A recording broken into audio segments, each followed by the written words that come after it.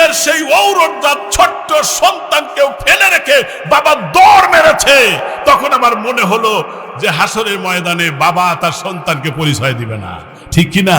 আল্লাহ কিন্তু মাঝে মধ্যে দেখান। এই কালকে সামান্য একটু ভূমিকম্প হয়েছে, আমি তখন আমার ঘরের মধ্যে শোয়া, আমি বলি কে রে খাট কে এইরকম নড়াই, নিচের দিকে তাকা দিয়েছে খাটের নিচে তো কিছু নাই, এইরকম নড়াই কেন? আবার দেখি গ্লাসটা নড়াচড়া করতেছে। তখন ঘর থেকে বেরিয়ে বাইরে বের হলাম।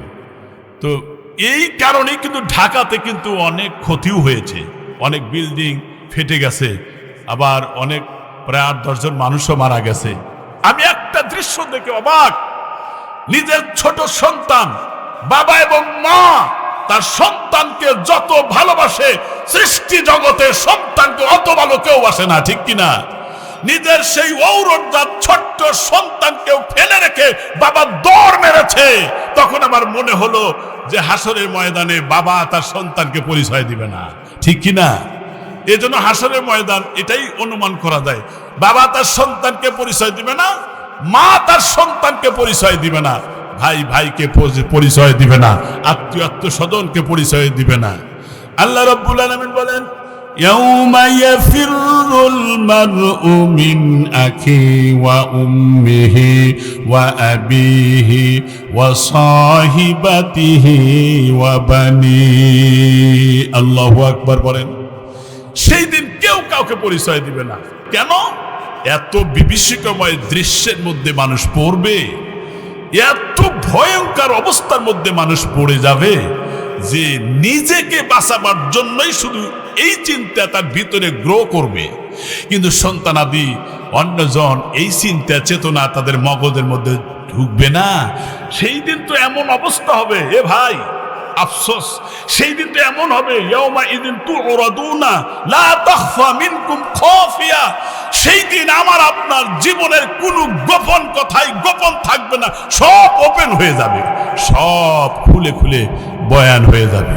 কি উপায় তাহলে দেখেন মুসলমান ভাইরা, খেয়াল করেন, একটা একটা বলি, এই যে আমার হাতে হাতটা যে আছে, যেটা দিয়ে ধরি, যেটা দিয়ে খানা খাই, এই হাতও কিন্তু আমার বিপক্ষে সাক্ষী দিবে। আবার যে চোখ দিয়ে আমি দেখি, চোখ আমার বিপক্ষে সাক্ষী দিবে। আবার যে কান দিয়ে আমি শুনি, এই কান আমার বিপক্ষে সাক্ষী দিবে।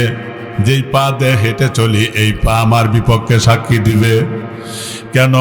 কারণ হলো এই হাত দিয়ে আমি সুদের টাকা লেনদেন যদি করে থাকি, সুতরাং হাতের কিন্তু বাক শক্তি সেদিন হয়ে যাবে, সেদিন সব তথ্য ওপেন করে দিবে। এই চোখ দিয়ে যদি অন্য নারীর দিকে দৃষ্টি নিপতিত করি, বাজে মন্তব্য করি, আমার ভাইরা এই চোখ আমার বিপক্ষে যাবে। এই কান দিয়ে যদি গান বাজনা শুনি, দিনের কথা না শুনে, তাহলে এই কান আমার বিরুদ্ধে চলে যাবে, আমার বিরুদ্ধে সাক্ষী দিবে সেদিন। আজকে যুবকেরা রাত বরাত দিনের বেলা যখন শ্রমিকের কাজ করে, কানের মধ্যে হেডফোন লাগাইয়া তারপরে গান বাজনা শোনে, কথা ঠিক কিনা?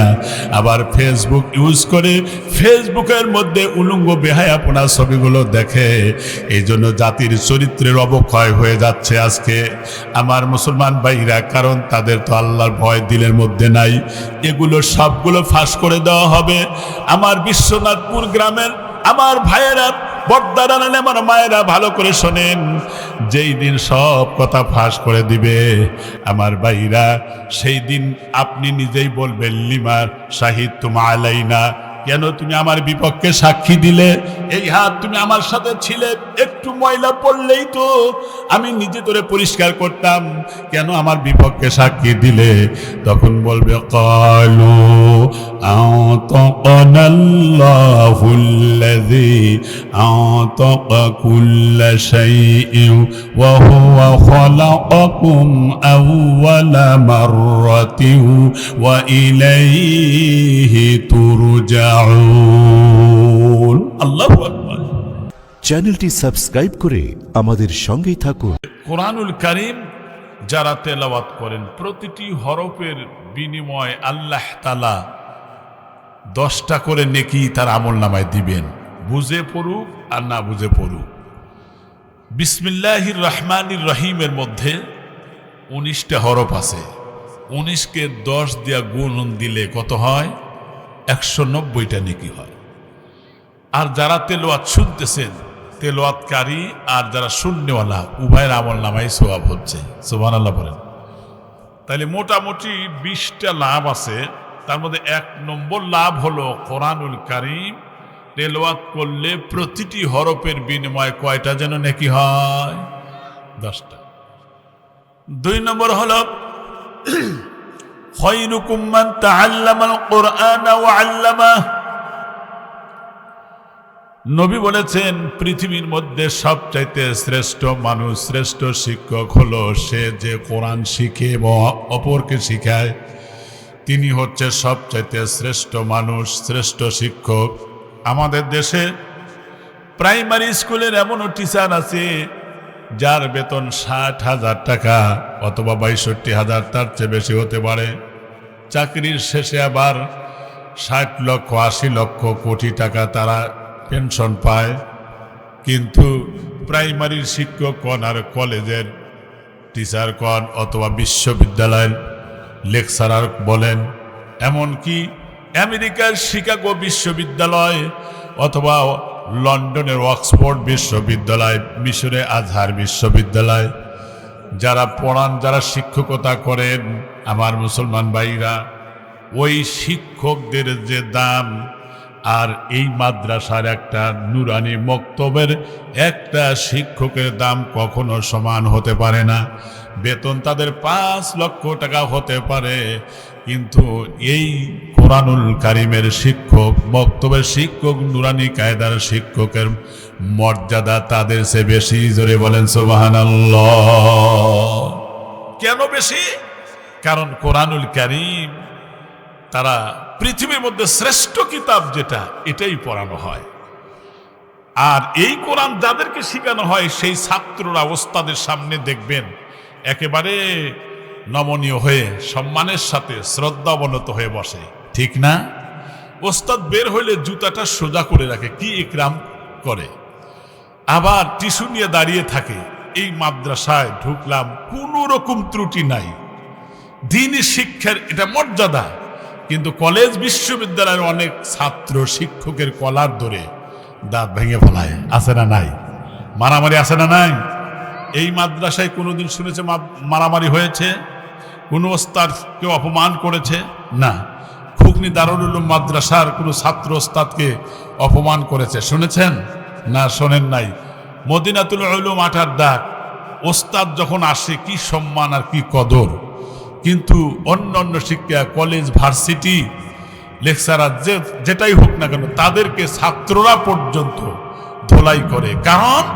কারণ কোরআনের শিক্ষা যার দিলে আছে, সে দিলটা হলো আলোকিত দিল। সুবহানাল্লাহ পড়েন। কোরআনের শিক্ষা হচ্ছে এমন একটা শিক্ষা, যে শিক্ষা যে করবে তার দিলই শুধু আলোকিত হবে না, তার ঘরটা আলোকিত হবে। সে যদি এই শিক্ষায় শিক্ষিত হয়, তার সমাজকে আলোকিত করার চেষ্টা করবে।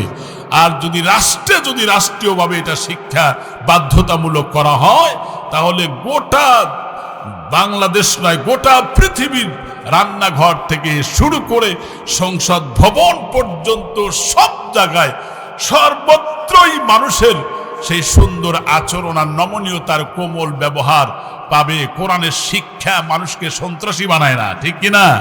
কোরআনের শিক্ষা চাঁদাবাজি বানায় না। কোরআনের শিক্ষা মানুষকে টপ টেরর বানায় না। কোরআনের শিক্ষা মানুষকে বেয়াদব বানায় না। সুতরাং কোরআনের শিক্ষা যেখানে থাকবে সেখানেই শান্তি হবে। মসজিদের ভিতরে কোরআন আছে, মসজিদের ভিতরে মারামারি নাই। মাদ্রাসার ভিতরে কোরআন আছে, মাদ্রাসার ভিতরে মারামারি নাই। কিন্তু স্কুল, কলেজ, বিশ্ববিদ্যালয় যেখানে কোরআন নাই সেখানেই সন্ত্রাস আছে, চাঁদাবাজি আছে, মাস্তানি আছে, ধর্ষক আছে, আছে না নাই? এই জন্য কোরআনুল কারীম এই মাদ্রাসাকে আরো সুন্দর বেগবান করবার জন্য আমাদের সবাইকে টার্গেট রাখতে হবে মনে মনে। রাজি আছেন ইনশাল্লাহ? তাহলে 20টা লাভের কথা বলবো। 1 নম্বর লাভ কি? মুখস্থ করে নিয়ে যাবেন আজকে। 1 নম্বর লাভ হচ্ছে প্রতি হরফে 10টা নেকি। 2 নম্বর লাভ হচ্ছে যারা শেখে আর অপরকে শিখায় তারা পৃথিবীর শ্রেষ্ঠ মানুষ। আর 3 নম্বর, কোরআন তেলাওয়াতকারীর ইচ্ছা আল্লাহ পাক চাওয়ার আগেই, এখানে লিখে দেন, চাওয়ার আগেই আল্লাহ তা পুরা করে দেন। তাও সুবহানাল্লাহ বললেন না? মুসলমান ভাইরা আমার কথাটা ভালো করে বুঝবেন। কোরআনুল কারীম যারা শিক্ষা করে, তেলাওয়াত করে, এই মানুষটা তেলাওয়াত করে যদি আল্লাহর দরবারে দোয়া করে, তিনি চাইবেন যে ইচ্ছাটা করবেন, ইচ্ছার আগেই আল্লাহ তাআলা তার ইচ্ছাটা পূরণ করে দেন। 4 নম্বর, যার দিলের মধ্যে কোরআনুল কারীম আছে, কোরআনুল কারীম আছে, সেই দিলটা হলো সেরা দিল। আমার মুসলমান ভাইরা, ওই দিলের মধ্যে ময়লা থাকতে পারে না, ওই দিলের মধ্যে গুনাহ থাকতে পারে না, কালো দাগ পড়তে পারে না। কারণ কোরআনুল কারীম এমন একটা কিতাব যেটা তেলাওয়াত করলে ঝংটা ছেড়ে দেয়, দিলটা পরিশুদ্ধ হয়, নিট অ্যান্ড ক্লিন হয়, ফ্রেশ হয়, পরিচ্ছন্ন হয়। 5 নম্বর, কোরআন পাঠকারী ব্যক্তি সম্মানিত ফেরেশতাদের সাথে অবস্থান করবে। শুধু তাই না, কোরআনুল কারীম যারা তেলাওয়াত করবে তাদের তেলাওয়াতটা যদি বিশুদ্ধ হয়, তাহলে আল্লাহ পাকের রহমতের ফেরেশতারা ওই তেলাওয়াতকারী ঠোঁটের উপরে চুমো খেতে থাকে। ফেরেশতা চুমো খায় ঠোঁটে। তেলাওয়াতকারী, হাফেজ, আলেম, এরা হচ্ছে আল্লাহ পাকের আহালভুক্ত, পরিবারভুক্ত। প্রিয় ভাইরা আমার, 6 নম্বর, যারা ভালো করে পারে না, আটকে আটকে তেলাওয়াত করে, আল্লাহ পাক ওই ব্যক্তির জন্য দ্বিগুণ সওয়াব দান করেন। সুবহানাল্লাহ। আমি একটু বলে দিতেছি ফজিলত, তারপরে মূল আলোচনা আসতেছি। আর 7 নম্বর, জান্নাত পাওয়ার জন্য সবচাইতে বড় মাধ্যম হচ্ছে কোরআন তেলাওয়াত। সুবহানাল্লাহ পড়েন। যেমন জান্নাতের দরওয়াজার সামনে যখন দাঁড়াবে, ইযাহিরু মিন বাতনিহা ওয়া বাতনিহা মিন ইযাহির, জান্নাতের পেটের মধ্যে এত আকর্ষণীয়, মনোমুগ্ধকর, হৃদয়গ্রাহী, চিত্তাকর্ষক দৃশ্যবলী অবলোকন করার পরে সে মনে মনে আগ্রহ জন্মাবে, আমি জান্নাতে ঢুকি। আল্লাহ বলবেন ঢুকো, বলবেন আল্লাহ তাআলা মারা আছে, ঢুকবো কেমনে? বলা হবে ইউকালু লিসাহিবিল কোরআন ইকরা ওয়াত্তাকি কামা কুনতা তুরাত্তিল ফিদ দুনিয়া ইলা আখিরিল আয়া কামা উহা। সুবহানাল্লাহ পড়েন। নবী আলাইহিস সালাতু ওয়াসসালাম বলেন, জান্নাতের দরজার সামনে যেদিন আল্লাহ পাক ডাক দেয়, বলবেন বান্দারে শোনো, তুমি আমার কোরআনুল কারীম দুনিয়াতে যেমন থেমে থেমে পড়েছিলে, আজকে তুমি সেভাবে কোরআন তেলাওয়াত করো আর জান্নাতের উপরে উঠতে থাকো। বান্দা যখন একটি কোরআনুল কারীমের আয়াত তেলাওয়াত করবে, জান্নাতের প্রথম সিঁড়িতে পৌঁছে যাবে, জান্নাতের নিয়ামতগুলো দেখে বলবে রব্বুল আলামিন এখান থেকে আমারে সরায়ও না, এখানেই থাকতে চাই। জান্নাতওয়ালা মানুষ যারা হবে, জান্নাত তাদের জন্য হবে, ওই ব্যক্তিরা যা চাইবে আল্লাহ তাই দিবে। মা তাশতাহি আনফুসুকুম, আল্লাহ পাক বলেন বান্দা জান্নাতীরা যা চাইবে তাই আল্লাহ তাআলা দান করবেন। মুসলমান ভাইরা আমার কথাটা ভালো করে বুঝবেন। এর মানে হলো সেদিন বান্দা 2টি আয়াত পড়বে 2 তালা জান্নাতে চলে যাবে, 3টা আয়াত পড়বে 3 তালায় চলে যাবে, 4টা আয়াত পড়বে 4 তালায় চলে যাবে, 5টা আয়াত পড়বে 5 তলায় চলে যাবে। বান্দার তেলাওয়াত যেখানে শেষ হবে সেখানেই তার অবস্থানের জায়গাটা হয়ে যাবে। কোরআনুল কারীমের মধ্যে 6666টা আয়াত আছে। যারা কোরআনুল কারীম যারা তেলাওয়াত করতে পারবে পুরোটাই, এত তালা বিশিষ্ট জান্নাত আল্লাহ রব্বুল আলামিন দান করবেন। সুবহানাল্লাহ। আমি যদি বলি আজকে কারা কারা তেলাওয়াত করছেন, হুজুররা ছাত্ররা বাদ দিয়ে আমার মনে হয় ম্যাক্সিমাম মানুষ লেটার নিয়ে ফেল করবে। দেয়ার ইজ নো ডাউট, সন্দেহের অবকাশ নাই। আগে দেখেছি ছোটবেলায় মেয়েরা পর্যন্ত ফজরের পরে বালিশের উপরে কোরআন শরীফ রেখে তেলাওয়াত করতেন। ঘরে কি বরকত ছিল, কি শান্তি ছিল, কি মোহাব্বত ছিল, সমাজেও শান্তি ছিল, হিংসা ছিল না, বিদ্বেষ ছিল না, মারামারি ছিল না, কাটাকাটি ছিল না, সন্ত্রাস ছিল না। ঘরের দরজা খোলা থাকলেও চুরি করতো না, ডাকাতি করতো না, মাস্তানি করতো না। প্রিয় ভাইরা, আজকে অহরহ অন্যায়, অবিচার, জুলুম, নির্যাতন হচ্ছে, কথা ঠিক কিনা? আল্লাহ কিন্তু মাঝে মধ্যে দেখান। এই কালকে সামান্য একটু ভূমিকম্প হয়েছে, আমি তখন আমার ঘরের মধ্যে শোয়া, আমি বলি কে রে, খাট কে এইরকম নড়াই? নিচের দিকে তাকা দেখি খাটের নিচে তো কিছু নাই, এইরকম নড়াই কেন? আবার দেখি গ্লাসটা নড়াচড়া করতেছে।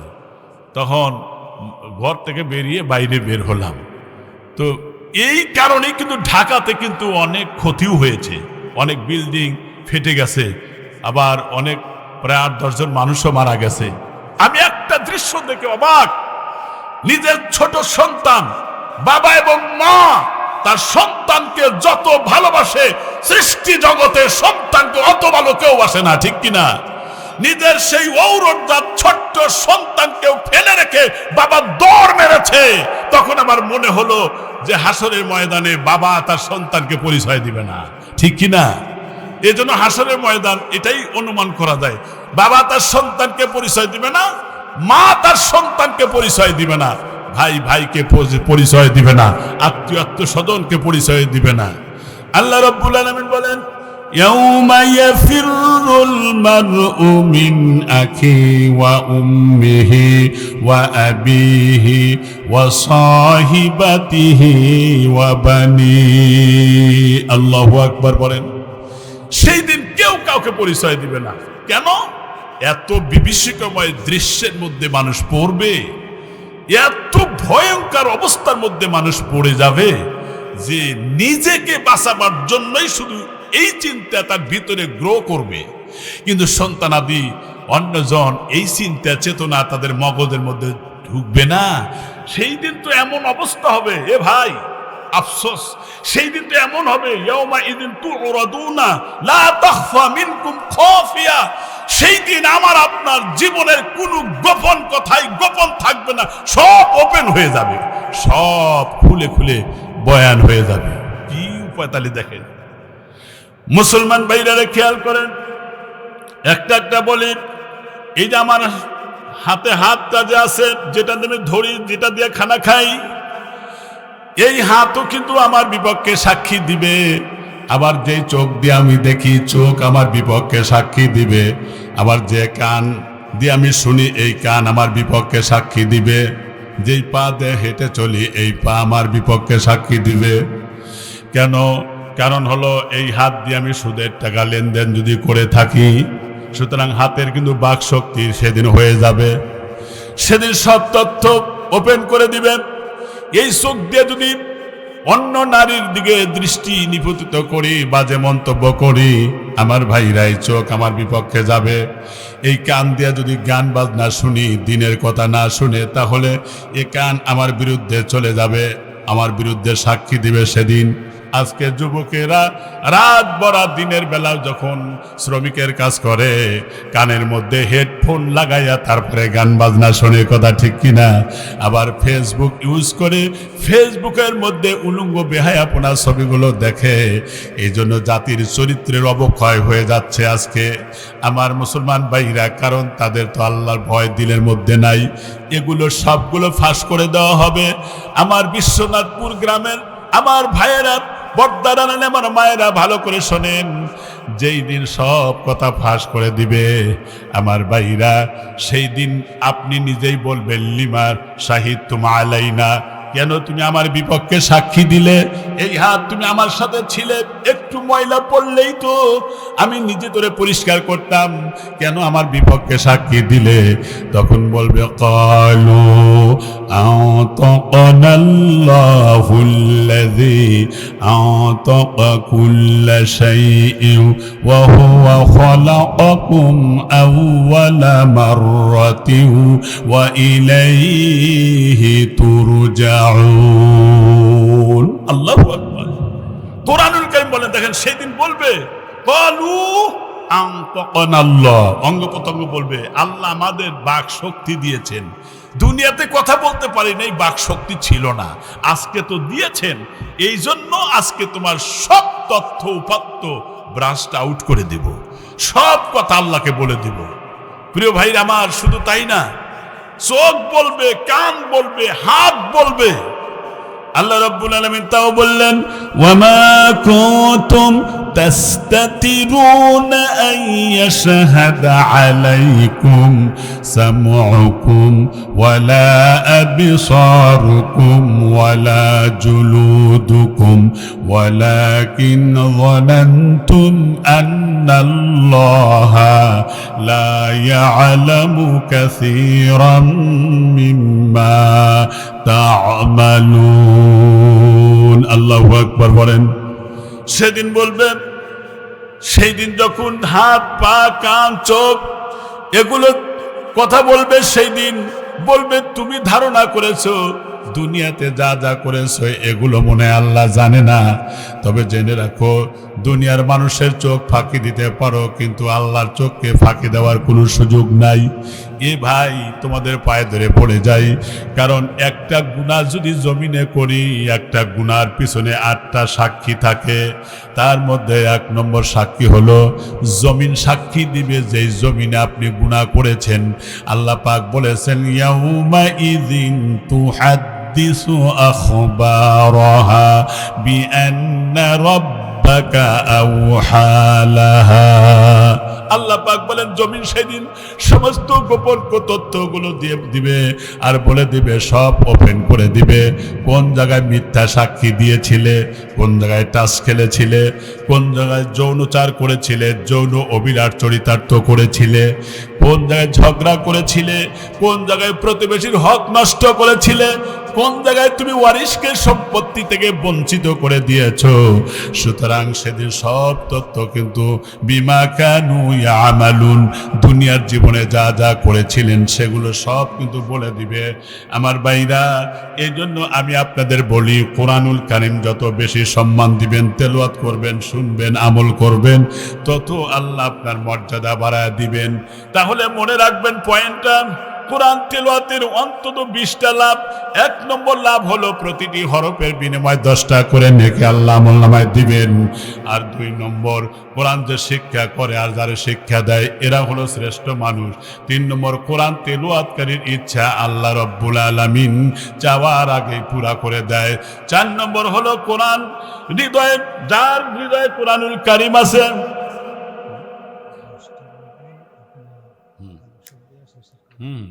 নো টেনশন, ঠিক আছে, পয়েন্ট নিয়ে আসতেছি। আচ্ছা, ঠিক আছে, ইনশাল্লাহ। প্রিয় ভাইরা আমার, কি বলতেছিলাম, আসলে আলোচনার ফাঁকে কথা বললে আসলে এটা আদবেরও খেলাফ হয়, লক্ষ্যচ্যুত হয়। তারপরেও শৃঙ্খলা মেনে চলতেই হবে, এটি স্বাভাবিক। প্রিয় ভাইরা আমার, তাহলে 5 নম্বর, কোরআন পাঠকারী ব্যক্তি যিনি এত সম্মানিত হবে যে ফেরেশতাদের সাথে তাদের অবস্থান করবে। সুবহানাল্লাহ বলেন। 7 নম্বর, জান্নাত পাওয়ার সবচাইতে উত্তম মাধ্যম হলো কোরআন। 8 নম্বর, কোরআন পাঠকারীর পিতামাতা সবচাইতে সৌভাগ্যবান হবে। এবার সুবহানাল্লাহ জোরে কোন, যার সন্তান আলেম বানাইছেন, হাফেজ বানাইছেন, কোরআনে পড়াইতেছেন, নুরানে পড়াইতেছেন, আপনি মারা যাবেন, আপনি কবরে যাবেন, বিশ্বাস করেন, আপনার সন্তান যদি সূরা ইখলাস 3 বার, সূরা নাস, ফালাক, আয়াতুল কুরসি, সূরা ইয়াসিনের বিশেষ অংশ এগুলো তেলাওয়াত করে যদি মা বাবার জন্য দোয়া করে, চোখের পানি পড়তে দেরি আছে কিন্তু বাপ মার গুনাহ মাফ হতে দেরি নাই। সুবহানাল্লাহ পড়েন। তাহলে এই মাদ্রাসা দিতে রাজি আছেন তো ইনশাআল্লাহ? প্রিয় মুসলমান ভাইরা, সংক্ষেপ করে নিয়ে আসতেছি। 9 নম্বর, কোরআন পাঠকারীর জন্য সুপারিশ করবে।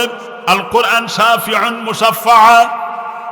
আল্লাহ রসুল বলেন, কোরআনুল কারীম যে তেলাওয়াত করবে 100% শিওর কোরআন তার জন্য সুপারিশ করবে। কোরআনের সুপারিশ এমন মর্যাদাবান, এমন পাওয়ারফুল হবে, নবী রসুল ফেরেশতার চাইতেও কোরআনের সুপারিশটা আল্লাহর দরবারে আরো বেশি অ্যাকসেপ্ট হবে। 9 নম্বর, কোরআন পাঠকারীর জন্য সুপারিশ তো করবেই আমার ভাইরা। শুধু তাই না, একটা ছেলে হাফেজে কোরআন যদি জান্নাতে চলে যায়, এই হাফেজে কোরআন যেই ব্যক্তি পুরোপুরি কোরআনিয়াত করেছেন, আমল করেছেন, 10 জন মানুষকে জাহান্নামের অর্ডার হয়েছে। সুতরাং এই অর্ডার আল্লাহর দরবারে সুপারিশ করে বাতিল করে জান্নাতে নিতে সক্ষম হবে। সুবহানাল্লাহ। কোরআন ব্যারিস্টারের ভূমিকা পালন করবে, উকিলের ভূমিকা পালন করবে, মোক্তারের ভূমিকা পালন করবে, প্রশাসনের ভূমিকা পালন করবে। কারণ কবরের মধ্যে যখন শাস্তি দেওয়ার দায়িত্ব নিয়ে আসবে ফেরেশতা, আলাইহা মালাইকা গিলাদুন শিদাদ, সেই ফেরেশতা যে থাকবে অত্যন্ত কঠোর এবং নির্মম। সুতরাং যে জাহান্নামে মানুষ আর পাথর ইন্ধন করা হবে, আল্লাহর ইনস্ট্রাকশন পাওয়া মাত্রই শাস্তি দিতে বিন্দু বিসর্গ পরিমাণ ত্রুটি করবে না। সুতরাং সেই জায়গায় কেউ বাঁচাতে পারবে না। কিন্তু বাঁচাতে পারবে প্রশাসন, যেমন সন্ত্রাসীদেরকে হটায়া দিয়া নিরাপত্তা দেয়, ঠিক কোরআনুল কারীম কবরের মধ্যে প্রশাসনের ভূমিকা পালন করবে। একজন আসামিকে বাঁচাবার জন্য যেরকম লয়ার, উকিল, ব্যারিস্টার অত্যন্ত সূক্ষ্মতার সাথে আইন ধারা উপধারা অ্যাপ্রোচিং করে সব তথ্যপত্র, এরপরে এভিডেন্স গুলো উপস্থাপন করে তারপরে মক্কেলকে যেমন বাঁচায়, কোরআন তেলাওয়াতকারী ব্যক্তির জন্য কোরআন সেই ধরনের উকিল আর লয়ার ব্যারিস্টারের ভূমিকা পালন করে জান্নাতে নিয়ে যাবে। সুবহানাল্লাহ। এই কোরআনুল কারীমের এত পাওয়ার। 10 নম্বর, কোরআন পাঠকের জন্য আল্লাহর রহমত অবারিত নাজিল হয়। সুবহানাল্লাহ। আস্তে কইল না, জোরে কইবেন। এবং 11 নম্বর, ফেরেশতারা কোরআন পাঠকারী ব্যক্তিকে পরিবেষ্টন করে ঘিরে রাখে। যতক্ষণ তেলাওয়াত হয় অতক্ষণ পর্যন্ত আল্লাহর রহমতের ফেরেশতারা এই ব্যক্তির জন্য, তেলাওয়াতকারীর জন্য গুনাহ মাফের দোয়া করে। মুসলমান ভাইরা আমার, 12 নম্বর, কোরআন পাঠকের জন্য আল্লাহ স্বয়ং ফেরেশতাদের সাথে আর আলোচনা করে গর্ব করেন। ও ফেরেশতারা, দেখো আমার বান্দারা আমার কালাম তেলাওয়াত করতেছে। নবী বলেন, যারা কোরআন তেলাওয়াত করে তারা যেন সরাসরি আল্লাহর সাথেই কথা বলে। আমার বন্ধুগণ, একটা ছেলে আর একটা মেয়ে যদি কথা বলে, প্রতিদিন মোবাইলে কথা বলে, বলতে বলতে তার মধ্যে মহব্বত আর ভালোবাসা, প্রেম প্রীতি হয়ে যাবে। মুসলমান ভাইরা, যার কারণে ওই সন্তানগুলো মা বাবার মুখের উপরে চুনকালি লাগায় সম্মান ইজ্জত হানি করে তারপরে বাড়ি থেকে আউট হয়ে চলে পর্যন্ত যায়। আমি একটা কথা বলতে চাই, ভালোবাসার মাধ্যম যেমন কোরআন, এই যে মোবাইল আজকে কাঁথার তলে মাথা দিয়ে রাত ভরা কথা বলে, আমার ভাইরা SMS করে, এরপরে মেসেঞ্জারে গিয়ে কথা বলে। প্রিয় ভাইরা, হোয়াটসঅ্যাপের ভিতরে যা তারা অনেক রকম লেনদেন করে, আদান প্রদান করে। অনুরূপভাবে দুনিয়াতে কোনো মানুষ যদি আল্লাহ পাকের কালাম যত বেশি মহব্বত করবে, তেলাওয়াত করবে, তত আমার আল্লাহর সাথে তার ভালোবাসা হয়ে যাবে। সুবহানাল্লাহ। আর 13 নম্বর হচ্ছে, কোরআন পাঠকারীর অন্তরটা পরিষ্কার হয়, বিশুদ্ধ হয়। প্রিয় ভাইরা আমার, কোনো ফার্নিচারের দোকানে দেখবেন যে তক্তা, কাঠের যে তক্তাগুলো রেন্দা দিয়ে অত্যন্ত পরিষ্কার করার পরে 2 সাইডে আটা লাগায় দেয়, অথবা গ্লাস যখন লাগানো হয় দেখবেন পরিষ্কার করে সলিউশন লাগায় দেয়, তারপরে খুব মজবুত হয়। যদি ময়লা থাকে তাহলে মজবুত হয় না, যে কোনো মুহূর্তে খুলে যাওয়ার সম্ভাবনা থাকে। যেমন কাঠের সাথে ময়লা থাকলে যেমন আরেকটা কাঠের সাথে সম্পর্ক জোরে না, মজবুত হয় না, ঠিক মানুষের দিলের মধ্যে যদি ময়লা থাকে, এই ময়লা হলো গুনাহ, এই ময়লা হলো মিথ্যা কথা বলা, এই ময়লা হলো ফাহিশা কথা বলা, এই ময়লা হলো অন্যের অধিকার নষ্ট করা, এই ময়লা হলো ইসলামী পরিপন্থী কাজ করা, এই ময়লা হলো আলেম ওলামাদেরকে অশ্রদ্ধা করা। আজকে এই মাহফিলের মাধ্যমে দায়িত্ব ইনকান্তে ঘোষণা করতে চাই, ও আমার জাতি, ও আমার মুসলমান ভাইয়েরা, আমাদের দিলটাকে ময়লা মুক্ত করতে হবে। গায়রুল্লাহর মহব্বত বের করে দিয়া আল্লাহর মহব্বত দিলে যদি ঢুকাতে পারো, আল্লাহর সাথে সম্পর্ক সূচিত হবে। সুবহানাল্লাহ। যখন আপনি ছোট গুনাহ করতে পারেন, কিন্তু ছোট গুনাহও বড় জাহান্নামে যাইতে সহায়ক হবে, জান্নাতের রাস্তা রুদ্ধ হবে। আপনি যদি 1 কোটি টাকা দিয়ে গাড়ি কেনেন, খুব দামি গাড়ি, আপনি তখন ড্রাইভারকে বললেন, ড্রাইভার গাড়িটা নিয়ে আসো, ঢাকায় যাব। ড্রাইভার এসে কি বলল, স্যার যাওয়া যাবে না। কেন? চাকার পাংচার হয়ে গেছে, পাম্প নাই। পাম্প দিলে নাই 10 টাকাই লাগবে। তাহলে 10 টাকার কারণে 1 কোটি টাকার গাড়ি অচল হয়, ঠিক কিনা? 10 টাকার কারণে যদি 1 কোটি টাকার গাড়ি অচল হয়, আপনি স্বেচ্ছায় সুস্থ মস্তিষ্কে সজ্ঞানে যদি কোনো গুনাহ করেন তাহলে জাহান্নামে যাওয়ার জন্য পথ উন্মুক্ত হবে, ওয়াসল হবেন জান্নাতের জন্য। এজন্য কখনোই গুনাহের সাথে সম্পৃক্ত রাখবো না। রাজি আছেন যারা হাত তোলেন তারা? নারে তাকবীর। দারুণ ভালো, আপনারা দারুণ ভালো। গুনাহ আমরা করব না, কারণ আমাদের মাথায় এটা রাখতে হবে যে কোনো মুহূর্তেই তো এলান শুনতে পারেন নজরুল মৌলানা মারা গেছে। এটাই স্বাভাবিক, এটাই স্বাভাবিক। বাইসে থাকাটাই হলো অস্বাভাবিক, ঠিক কিনা? তাহলে আমি কেন গুনার কাজ করতে যাব? আমি কেন অন্যায় করতে যাব? আমি তো কিচ্ছু নিয়ে যেতে পারবো না রে ভাই। মুসলমান ভাইরা আমার সংক্ষেপ করে নিয়ে আসতেছি, যেহেতু কালেকশনে ফাংশন আছে।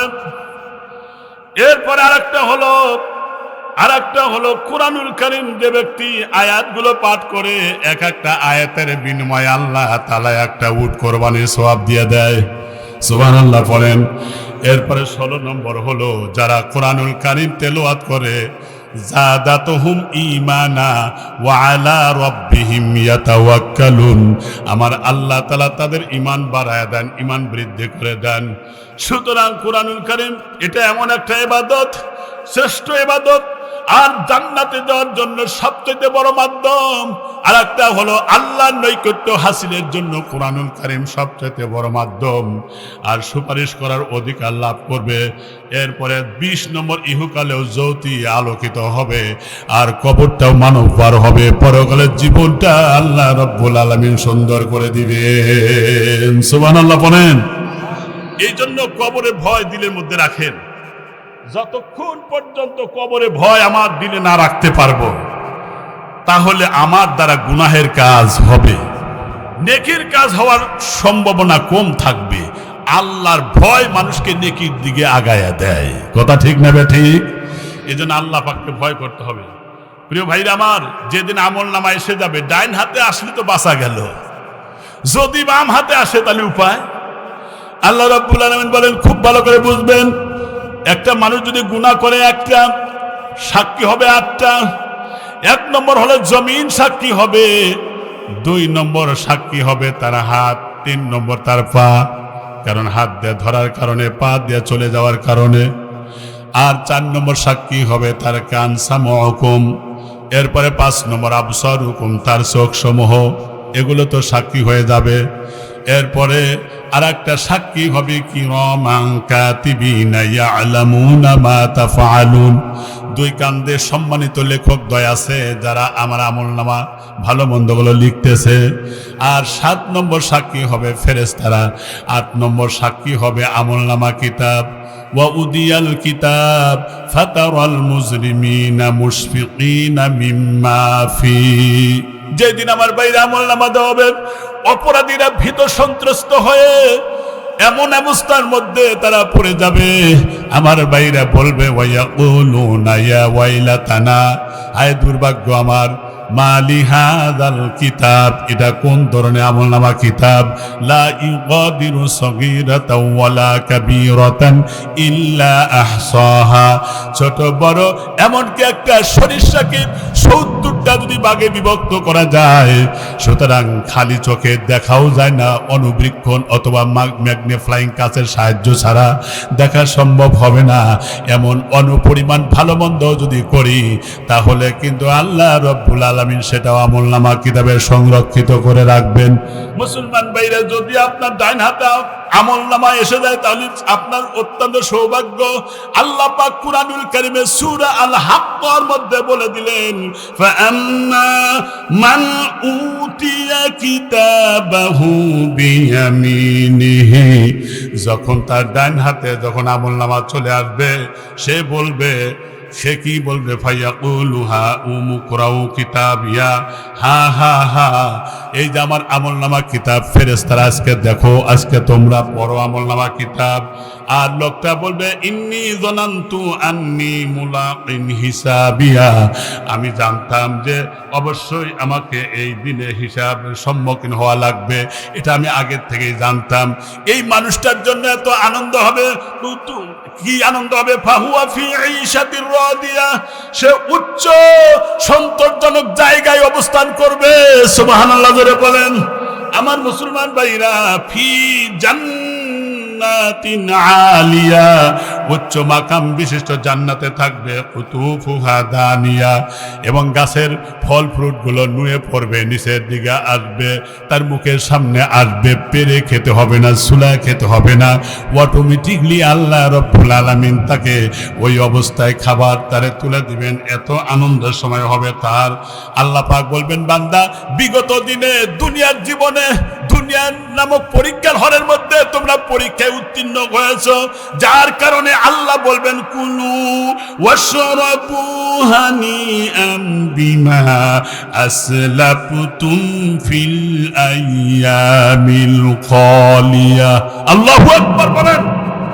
দেখেন, বলা হবে বিগত দিন সমূহে তোমরা যা অগ্রে প্রেরণ করেছো, আগে যারা পরকালের জন্য প্রেরণ করেছো, আজকে খাও, বিনিময়ে জান্নাতে তৃপ্তি সহকারে যেখানে খুশি খাও, আনন্দ করো, ফুর্তি করো। কিন্তু এটা তো ডাইন হাতে আসার কারণে, আর বাম হাতে যদি আসে ভিতরে কলজার মধ্যে ঢুকায় দেওয়া হবে। বিশ্বাস করেন, ওয়া আম্মা মান উতিয়া কিতাবাহু বিশিমালিহি, যদি বাম হাতে তার আমল নামা এসে যায়, ফায়াকুলু ইয়া লাইতানি লাম উতা কিতাবিয়া, সে বলবে হায় দুর্ভাগ্য, যদি এই আমল নামা কিতাব আমাকে না দেওয়া হতো, কতই না ভালো হতো।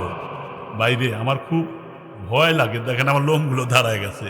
কি আমল করছি, কি দিয়ে জান্নাতে যাব? কি আমল করছি, কতটুকু আমি কি, এটা তো আমি জানি। একটু চক্ষু বন্ধ করে একটু অবজারভেশন করেন তো, কিসের লাফালাফি, ফান্দাফান্দি, কিসের মারামারি, কিসের সন্ত্রাসী, কিসের চাঁদাবাদী, কিসের গীবত। একটু আমল নামা কিতাব দেখেন। একটা ছাত্রকে যদি 3 ঘন্টা টাইম দেওয়া হয় পরীক্ষার হলে, কয় ঘন্টা? 3 ঘন্টা টাইম পাওয়ার পরে কোনো ছাত্র কি আলাপ আলোচনা করে ইয়ার কি রসিকতা করে কি সময় কাটায়? না, 3 ঘন্টা পার হইলে তো আর সুযোগ দেওয়া হবে না। তার মানে সে গুরুত্বের সাথে লিখতে থাকে।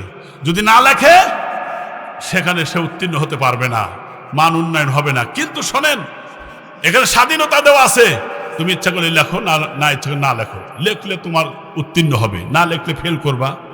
এখানে ভুল লেখলেন কি শুদ্ধ লেখলেন কিছু বলবে না, কিন্তু পরবর্তী যখন এক্সামিনার পরীক্ষায় ওই খাতা দেখবে তখন কিন্তু 0 দিবে। কথা ঠিক কিনা?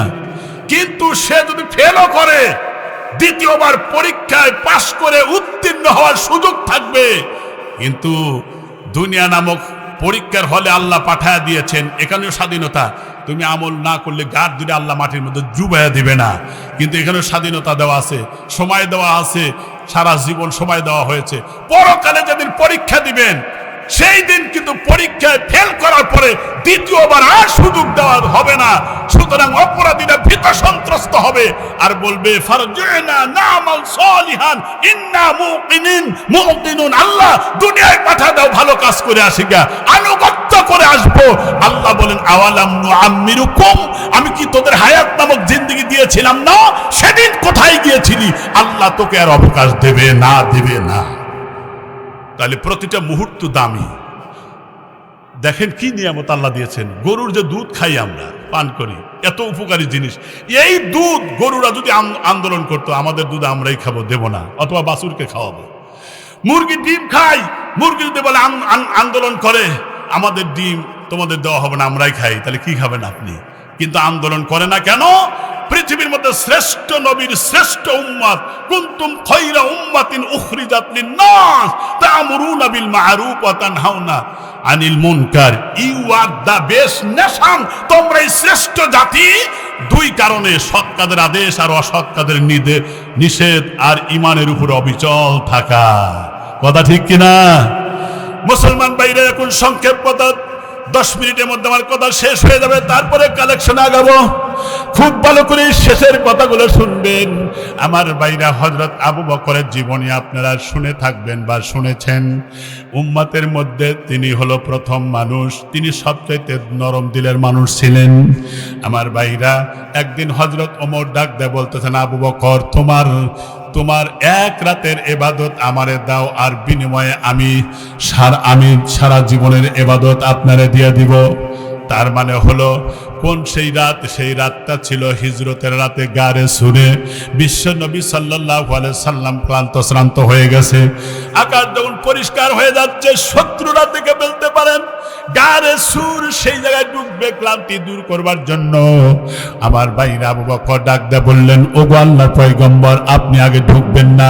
অনেক পুরানো গর্ত দেখা যায়, হিংস্র প্রাণী থাকতে পারে, আমি আগে ঢুকি। আমি যদি আমার জীবন যদি জবানিপাত হয়ে যায় তাহলে সমস্যা নাই, কারণ আপনি বিশ্ব আন্দোলনের অকুতোভয় নির্ভীক সৈনিক, আল্লাহ কর্তৃক নির্বাচিত নেতা, আপনাকে তো দীর্ঘদিন বেঁচে থাকা দরকার। আমি আগে যাই। ভিতরে প্রবেশ করে দেখলেন অনেকগুলো গর্ত দেখা যায়। ওই গর্তগুলো তার চাদর ছিঁড়ে ছিঁড়ে যখন সবগুলো বন্ধ করলো, একটা গর্ত বন্ধ করবার মতো আর কিছুই ছিল না। ওই মুহূর্তে তিনি গর্তের সাথে পায়ের গোড়ালি চেপে ধরে রাখলেন। এরপরে আল্লাহর রাসূল আবু বকরের উরুর উপরে মাথা দিয়ে ঘুমায় গেলেন। কিন্তু তীব্র বিষাক্ত বিষধর সাপ যখন ধ্বংসন করতেছিল, কিন্তু জীবন যায় যাক, পা শূন্য করাচ্ছে না, কারণ আমার বিশ্ব নেতাকে আমি ঘুম ভাঙাতে পারবো না। চোখের চেহারাটা ফ্যাকাশে ধরে গেছে, রক্তিম বরণ ধারণ করেছে। ও মুসলমান ভাইরা, শুধু তাই না, হযরতে আবু বকর রাদিয়াল্লাহু তাআলা আনহু তার চোখের পানি বা শরীরের পানি একটু রাসূলের শরীরে লেগেছে। নবীজি যখন চক্ষু উন্মোচন করলেন, লক্ষ্য করে দেখলেন আবু বকরের চেহারা এরকম কাঁদতে কাঁদতে ফ্যাকাশে হয়ে গেছে। নবী বললেন, আবু বকর, তোমার কি বাড়ির কথা মনে পড়েছে নাকি? তোমার কি সন্তান স্ত্রী পুত্রের কথা মনে পড়েছে নাকি? কয়, না, তা তো পড়ে নাই। তবে কেন কাঁদছ? বিষাক্ত বিষধরের ধ্বংসনের তীব্র জ্বালা যন্ত্রণায় সহ্য করতে পারতেছি না। ডাক দিয়ে বলেন, কোন জায়গায় গোড়ালিটা তোলো। পা তুললেন, সাথে সাথে নবী আলাইহিস সালাতু ওয়াস সালামের মুখে থুতু লাগা দিলেন। মুহূর্তের মধ্যে বিষের ক্রিয়া নষ্ট হয়ে গেছে। মুসলমান ভাইরা আমার, ডাক দিয়ে বললেন, আবু বকর, ওই হিজরতের যে রাতে অবস্থান করেছিলে, তামাম দুনিয়ার সমস্ত উম্মতের নেক আমল যদি এক পাল্লায় দেওয়া হয় আর বাকি যদি এক পাল্লায় দেওয়া হয়, তাহলে আবু বকরের নেকের পাল্লাটাই ভারী হয়ে যাবে। সেই আবু বকর তো 10 জনের একজন, 1 নম্বরে, তাও আশারায়ে মুবাশশিরিন, দুনিয়ার থেকে জান্নাতের সুসংবাদ পেয়েছিলেন। সেই আবু বকর রাদিয়াল্লাহু তাআলা আনহু আকাশের দিকে তাকায়া, আবার গাছের দিকে তাকায়া কানতেন আর বলতেন, ইয়া লাইতানি কুনতু সাজার, হায় দুর্ভাগ্য, আমি যদি এই গাছের পাতা হতাম, তাহলে এই পাতাটা বোটাচ্যুত হয়ে জমিনে পড়ে যেত, হয়তো পশু পাখি খেয়ে ফেলতো, না হয় জ্বালানি কাজে ব্যবহার হইতো, তার তো কোনো হিসাব লাগবে না। মুসলমান ভাইরা, হিসাবের ভয় কতটুকু বেশি, পরকালের ভয় তার দিলের মধ্যে কতটুকু বেশি হলে এই কথা বলতে পারে। হযরতে আবু বকর প্রতিদিন সন্ধ্যার পরে রাতের বেলায় একবার করে কবরস্থানের কাছে চলে যান। সাথীরা ডাক দিয়ে বলেন, হুজুর, আপনি তো জান্নাতি মানুষ, আপনি প্রতিদিন কবরস্থানের পাশে এসে এত কাঁদেন কেন? ডাক দিয়ে বললেন, শোনো, আল্লাহ রসুলের জবানে শুনেছি, সাঁতার না জানা মানুষ যিনি সাঁতার কাটা জানে না, সেই লোকটা যদি নৌকা অথবা স্টিমার, লঞ্চ, জাহাজ যদি সমুদ্র বা নদীর মধ্যে পড়ে যায়, সেই লোকটা যেমন অসহায়, এই কবরের মধ্যে সেই মানুষগুলো অসহায়। এই কবর মধ্যে থেকে কবরওয়ালাদের জন্য শিক্ষা নিয়ে আমি শিক্ষা নেওয়ার জন্যই তো এখানে আসি। হযরতে আবু বকর রাদিয়াল্লাহু তাআলা আনহু আমার ভাইরা কাঁদতে কাঁদতে অস্থির হয়ে যেতেন। হযরত ওমরের জীবনে আমি পড়ে দেখলাম, হযরত ওমর রাদিয়াল্লাহু তাআলা আনহু কাঁদতে কাঁদতে 2 চোখের কোনায় গা হয়ে গিয়েছিল এবং কালো দাগ হয়ে গিয়েছিল। লোকেরা বললেন, আপনি চিকিৎসা করলে ভালো হতে পারে। তিনি বললেন, না না না, আমি চিকিৎসা করব না। কারণ হলো, আদালতে আখিরাতে মাহশরে আমার আল্লাহ যদি ডাক দেয় বলেন, ওমর রে, তোর চোখের কোনায় কেন দাগ পড়েছে, আমি সেই দিন আল্লাহকে ডাক দিয়ে বলবো, রব্বুল আলামিন, আয় আল্লাহ, তোমার ভয়ে কাঁদতে কাঁদতে আমার চোখের কোনায় দাগ পড়েছে, চিকিৎসা করি নাই। অন্তত পক্ষে যদি আমার আল্লাহ ডাক দেয় বলে, ওমর রে, আমার ভয়ে কেঁদেছিস, যা, আমি তোরে মাফ করে দিলাম। আমার ভাইরা গাঙ্গুহি রাহমাতুল্লাহি আলাই উনি কাঁদতে কাঁদতে অন্ধ হয়ে গিয়েছিলেন। তাকে জিজ্ঞাসা করা হলো, আপনি চিকিৎসা করেন, এটা ভালো হতে পারে? বললেন না না না, আল্লাহ যদি জিজ্ঞাসা করেন, কি জিজ্ঞাসা করেন যে তোমার চোখ অন্ধ হলো কোন কারণে, তখন আমি বলবো আল্লাহ তোমার ভয়ে কাঁদতে কাঁদতে আমার চোখ অন্ধ হয়ে গিয়েছিল। সুতরাং আল্লাহ যদি ডাক দেয় বলে যা আমার ভয়ে কেঁদেছিস এই জন্য আমি তোরে মাফ করে দিলাম। মুসলমান ভাইরা আমার, বাবাজিরা আমার, হযরতে ফাতেমাতুজ জোহরা রাদিয়াল্লাহু তাআলা আনহা, এই কথাই শেষ কিন্তু আমার কথা। উনি যখন ডাক দেয় বললেন আলীকে, স্বামী আমার চূড়ান্ত পর্যায়ে জ্বর হয়েছে, অসুস্থ হয়েছি, একটু আপনি আমার জন্য আনার কিনে নিয়ে আসেন। এরপরে বাজারে গেলেন, একটা আনার কিনলেন। আসার সময় আবার একজন ফকির সামনে দাঁড়িয়ে গেছে, বললেন আমাকে একটু আনারের ব্যবস্থা করে দেন, আমি খুব ক্ষুধার্ত চূড়ান্ত পর্যায়ে। তিনি চিন্তা করলেন কি করা যায়, ফাতেমা চাইছে, অসুস্থ মানুষ, না খাওয়া মানুষ, আবার ফকির চাইলে, এখন কি করা যায়? কিছুক্ষণ পরে চিন্তা করলেন আল্লাহ তো বলেছেন ওয়া আম্মাসাইলা ফালা তানহার, কারণ যখন সায়েল আসে তখন ধমক দিয়ে সরায়া দিও না, সায়েলকে গুরুত্ব দাও। তাহলে ফাতেমার চাইতেও তো আমার আল্লাহর হুকুমটাই বেশি গুরুত্ব, তাই তিনি সেটা দিয়ে দিলেন।